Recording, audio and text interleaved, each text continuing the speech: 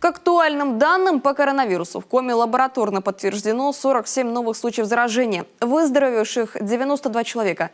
Двое не справились с недугом. Количество жертв возросло до 61.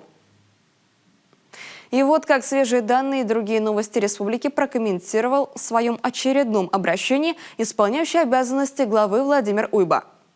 Уважаемые жители республики, добрый день. Продолжаю информировать вас о ситуации. Что касается эпидемиологии. Сегодня в республике лабораторно подтверждены 5530 случаев заболевания коронавирусом. Прирост за сутки 47 человек. Под медицинским наблюдением 2433 человека. Выздоровели 4336 человек.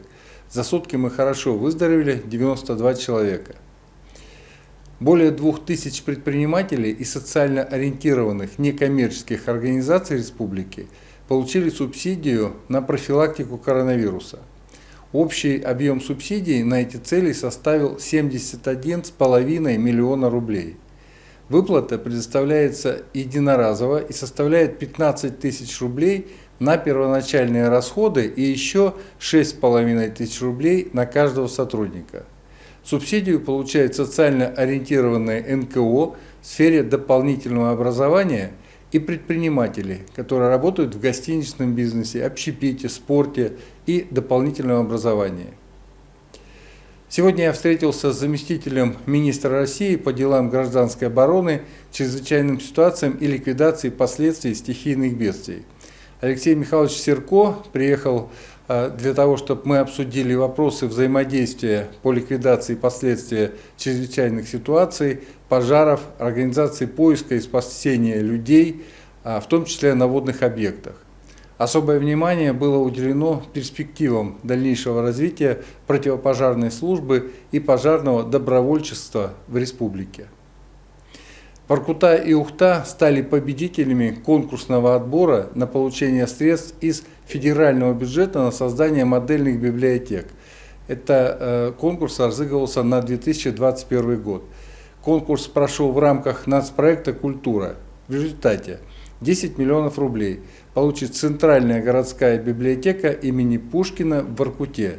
И еще 5 миллионов рублей получит детская библиотека в Ухте.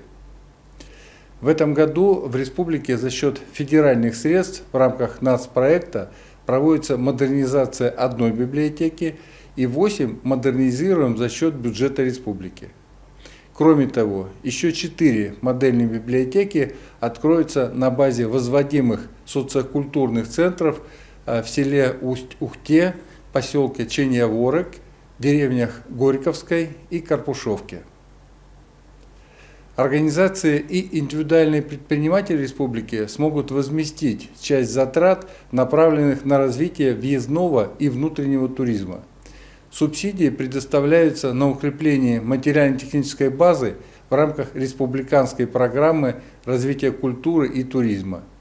Размер поддержки составит до 700 тысяч рублей в год.